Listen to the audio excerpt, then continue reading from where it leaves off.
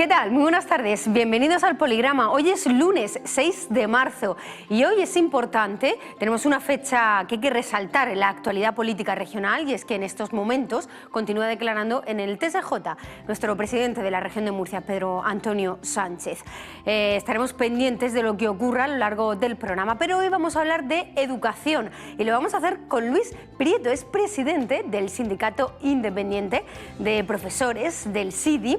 Tenemos muchos temas de los que hablar de educación. Este próximo jueves, de hecho, hay convocada una manifestación de todos los sectores educativos, pero además también tenemos que hablar del tema de las oposiciones. Ya saben que estaban convocadas para este año, pero desde el Ministerio ya han anunciado que se cancelan estas oposiciones. Y también vamos a hablar de la posibilidad de que por fin se firme un pacto por la educación. Todo esto será en unos minutos aquí en el Poligrama. Bueno, pues ya estamos de vuelta en el Poligrama. Les recuerdo, nuestro invitado de hoy es Luis Prieto, es el presidente del Sindicato Independiente de Profesores, se llama SIDI, y vamos a hablar con él. Luis, buenas tardes, bienvenido. Hola, buenas tardes. ¿Qué tal está? Muy bien. Bueno, yo quería que comenzáramos la primera parte de nuestro programa hablando un poquito del sindicato, porque es cierto que hay mucha gente que no conoce realmente en qué consiste el sindicato. Así que vamos con la primera parte del programa.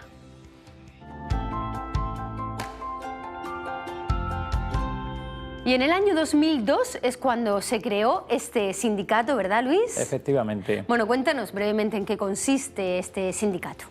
Bueno, este es un sindicato exclusivamente de docentes, de enseñanza pública también exclusivamente, y se creó en el año 2002 por un conjunto de personas, éramos 6 o 7 personas que teníamos bastantes inquietudes y que la verdad no nos sentíamos representados por el resto de sindicatos. ¿De acuerdo? Desde el primer momento teníamos claro que el sindicato se tiene que dedicar exclusivamente a la defensa de las condiciones laborales de los docentes, dejando al margen otras cuestiones de naturaleza política, etcétera. Fruto de eso se creó este sindicato, que la verdad ha ido creciendo hasta el punto de que en las últimas elecciones sindicales ha sido el único sindicato que ha crecido en número de representantes. Actualmente tenemos una representatividad mayor que sindicatos de toda la vida, como puede ser UGT, CESIF, etcétera. Y precisamente yo creo que ha sido por saber transmitir a los propios docentes precisamente eso, que éramos un sindicato profesional exclusivamente de docentes y para docentes. Y la verdad es que hemos llevado iniciativas que han sido pioneras a lo largo de todos estos años. Sí, que siendo un sindicato muy joven sí que han conseguido cosas que otros sindicatos con más años no habían conseguido, ¿no? Hemos conseguido muchas cosas en poco tiempo. Podría, por ejemplo, enumerar algunas. Fue el sindicato que consiguió el pago de trienios y sesenios para los interinos, fue el primer sindicato que consiguió, por ejemplo, que se considerara judicialmente autoridad pública a un docente y que por lo tanto se impusiera una pena a un alumno que había agredido a un docente bajo ese parámetro de persona, de funcionario público. Se han conseguido muchas cosas con mucha ilusión. Y precisamente no era fácil, y no era fácil porque a nosotros nos respaldaban unas siglas, no nos respaldaban como otros sindicatos que ya solo con las siglas pues tienen una audiencia, tienen una repercusión mediática, etcétera. Empezamos de nada y la verdad es que estamos bastante satisfechos, pero todavía nos queda mucho por hacer. Hay mucho por hacer y también hay mucho por hacer en el sistema educativo, tanto regional como nacional, pero yo quiero que me haga una valoración breve de los cambios que creo, las mejoras que cree que necesita el sistema educativo regional. El sistema educativo regional, hay una mejora que para nosotros es fundamental y es prioritaria, y es la autonomía del docente y la autonomía de los centros, es fundamental. Con el paso de los años se ha ido sustituyendo esa autonomía de los docentes y de los centros por una excesiva burocratización. Actualmente es más importante que si las programaciones están bien, es decir, una documentación que además es muy rígida. Eso está relacionado con la LOMCE también, ¿no? Porque ahora mismo el sistema educativo es muy rígido, tienen que cumplimentar, digamos, tienes que dar mucha información ¿Y dónde queda el trabajo libre del profesor, no? Efectivamente, y a lo que me estaba refiriendo antes, es fundamental la autonomía del docente. Los docentes somos personas, es una profesión, siempre digo, como los médicos, muy vocacional, consideramos que es muy vocacional. A la gente la tienes que mantener con ilusión, la tienes que mantener motivada, y para ello es fundamental que tengan esa autonomía. Nadie mejor que los docentes para saber cuáles son las necesidades de cada uno de sus alumnos. Claro. Cuando al final se establece un sistema muy rígido y se considera que se tiene que tratar a todo el mundo exactamente igual, considero que no se está actuando correctamente. Entonces, lo primero que debe cambiar es una mayor autonomía del docente para que sea el que, en función de las necesidades de cada uno de los alumnos, se pueda adaptar. También autonomía de los centros.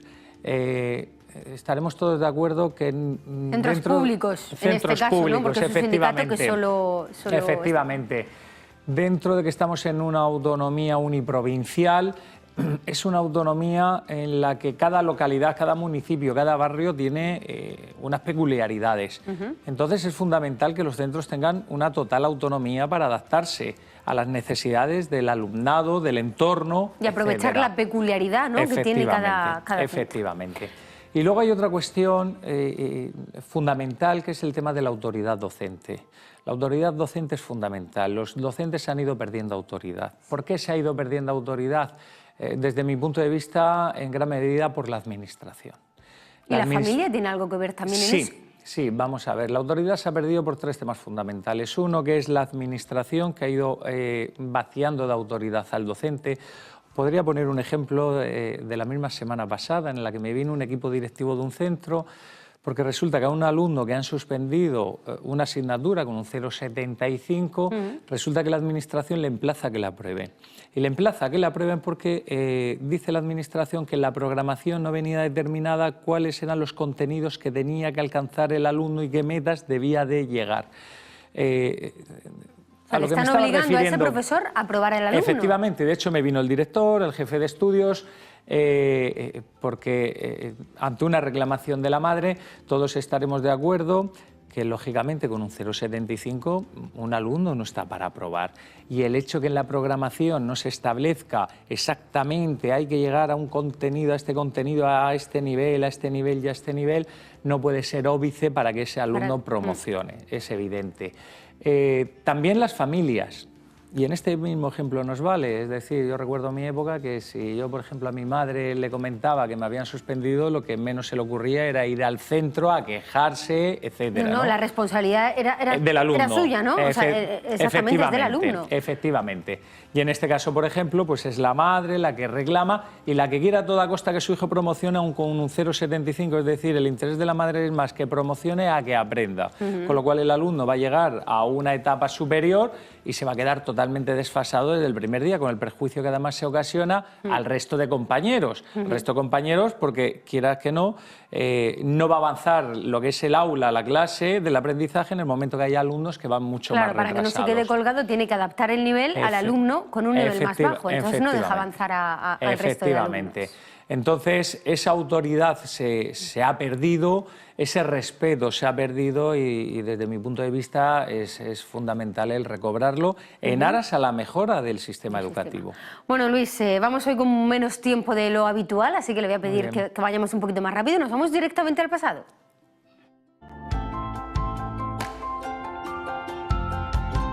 Bueno, pues Luis ha elegido un personaje que yo creo que todos conocen y sobre todo todos admiran, ¿verdad? En este caso, cuéntenos el personaje y la frase que ha elegido usted.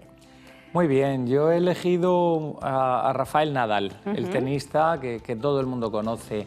Y sobre todo lo he elegido teniendo en cuenta la temática del programa, es decir, la educación, a quién puede ir dirigido, a los propios chicos jóvenes y demás. ¿Por qué? Porque considero que representa muchos valores que hoy en día se han perdido, muchos valores que nos gustaría que tuvieran nuestros alumnos, nuestros hijos y demás. ¿De acuerdo? Estamos ante una persona que ha demostrado que con el trabajo, el esfuerzo, la humildad, la fidelidad, se pueden conseguir las cosas. ¿De acuerdo? La frase, desde luego, dice mucho ya. De por sí, el respeto, el trabajo y la ilusión son la base del triunfo. en todos los ámbitos de la vida y él perfectamente es un ejemplo de deportista que con esfuerzo ha conseguido y mucho trabajo lo ha conseguido. Así que yo creo que es un ejemplo muy bueno para todos los niños, ¿no? Efectivamente, y sobre todo porque es una persona, ya no solo el trabajo, sino que se ha fijado unas metas, que ha luchado por esas metas, que cuando ha caído ha hecho todo lo posible mediante el trabajo por levantarse de nuevo. Y luego una persona que en principio lo tiene todo, pero siempre quiere más, siempre aspira más, pero todo con trabajo, todo con humildad, todo con respeto. No hay nada más que ver cómo trata el resto, que eso lo podemos equiparar a los docentes, el respeto a los compañeros, el respeto a los profesores, el respeto al entrenador, a los compañeros, etcétera. Y por eso pienso que es una persona que es un ejemplo a seguir. Pues coincido con usted en haber escogido este personaje. Bueno, pues directamente nos vamos ya a hacer el repaso por la educación, por la actualidad de la educación con el crucigrama.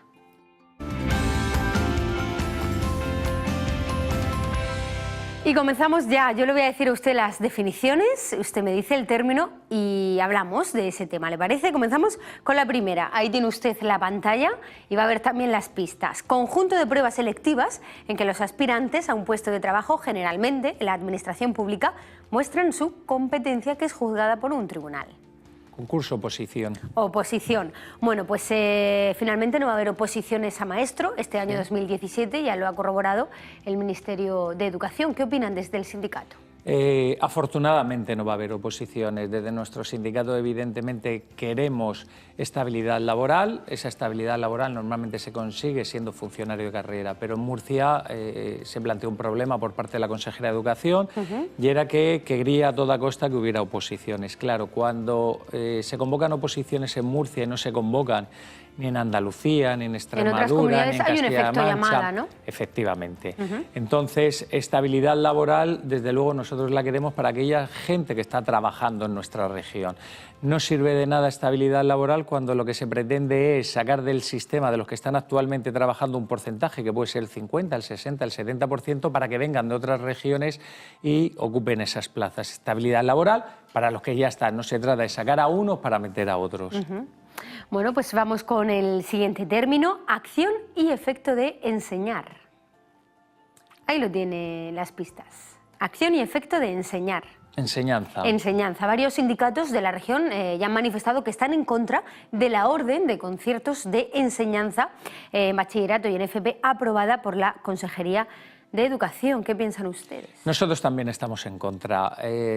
Es fundamental que haya una educación pública, nosotros no estamos en contra de que haya una educación privada, pero no una educación a nivel de bachiller y formación profesional con fondos públicos. Tenemos que darnos cuenta que hoy en día con la crisis hay centros, incluso en los que se les salta la luz porque no pueden contratar más energía. Entonces, destinar unos fondos públicos para enseñanza privada no estamos de acuerdo. Y no estamos de acuerdo por tres motivos. ¿Privada o concertada también incluye? Sí, claro. Cuando hablo de concertada es la privada concertada, ¿vale? Son empresas privadas que tienen un ánimo de lucro. Primero, no es más económica esa enseñanza porque lo que es los salarios de los profesores los abona directamente la administración, con lo cual ahí no tiene un ahorro y cobran exactamente lo mismo que los funcionarios de carrera. Y además hay un beneficio empresarial. Lógicamente, esa parte del beneficio empresarial es lo que no se ahorra la administración, con lo cual, primero, más económica no es.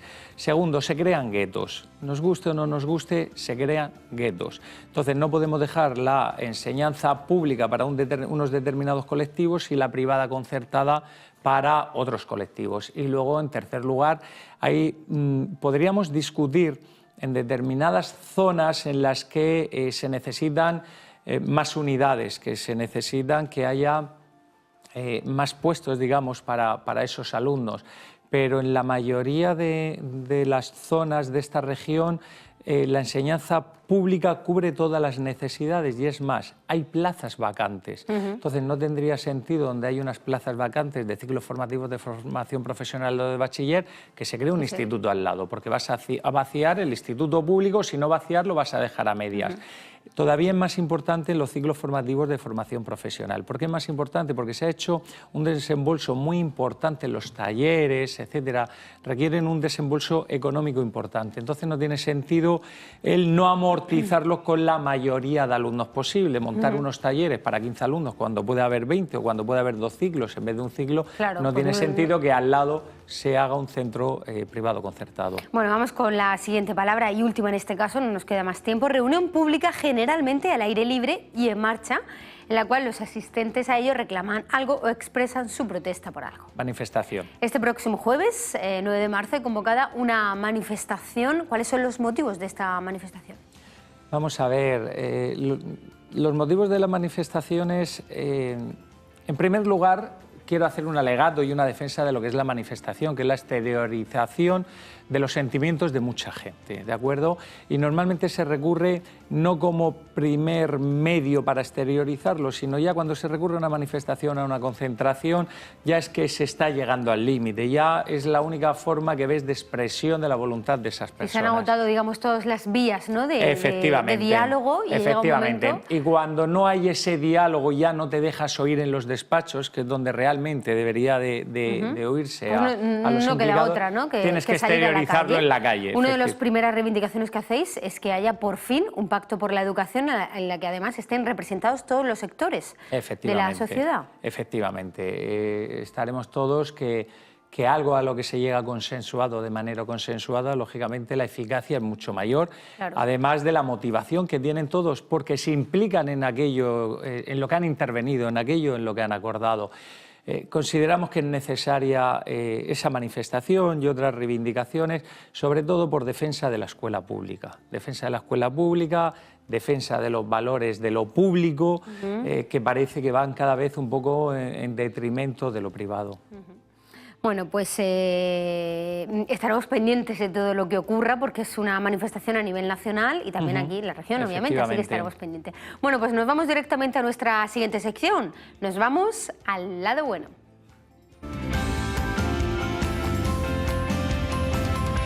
Le voy a poner a nuestro invitado políticos y quiero que él me diga una cualidad positiva de cada uno de ellos. ¿Le parece, Luis? Bueno, pues vamos con la primera. En este caso es una mujer, nuestra consejera de Educación, María Isabel Sánchez Mora. Dígame una cualidad positiva de ella. Yo creo que es buena persona. Muy bien. A nivel profesional, prefiero no opinarlo. Perfecto, pero pues a lo nivel dejamos personal... en buena persona. Nuestro ministro de Educación, ¿qué opina de él? Pienso que es una persona que tiene voluntad de cambio, voluntad de cambio. Ya veremos si el cambio es para mejor o para peor, pero todo lo que sea intentar cambiar para mejorar lo veo positivo. Desde luego tiene delante de sí algo muy importante, que es ese pacto por la educación. Efectivamente. Bueno, pues vamos con el tercero en este caso, a ver qué cualidad positiva me dice de Ignacio Wert, exministro. Es más difícil encontrar sí. Es más difícil encontrar algo positivo que pueda decir. Quizás que era un buen orador, buen orador. Ya con sus ideas y demás no puedo estar de acuerdo en casi ninguna, pero desde luego orador era bueno. Lo dejamos ahí, en que era buen orador y ahí está. Este ha sido más difícil, pero bueno, pues era buen orador. Bueno, pues ahora, si le parece, Luis, vamos con nuestra última sección del programa. Vamos a conocer qué deseo tiene Luis Prieto.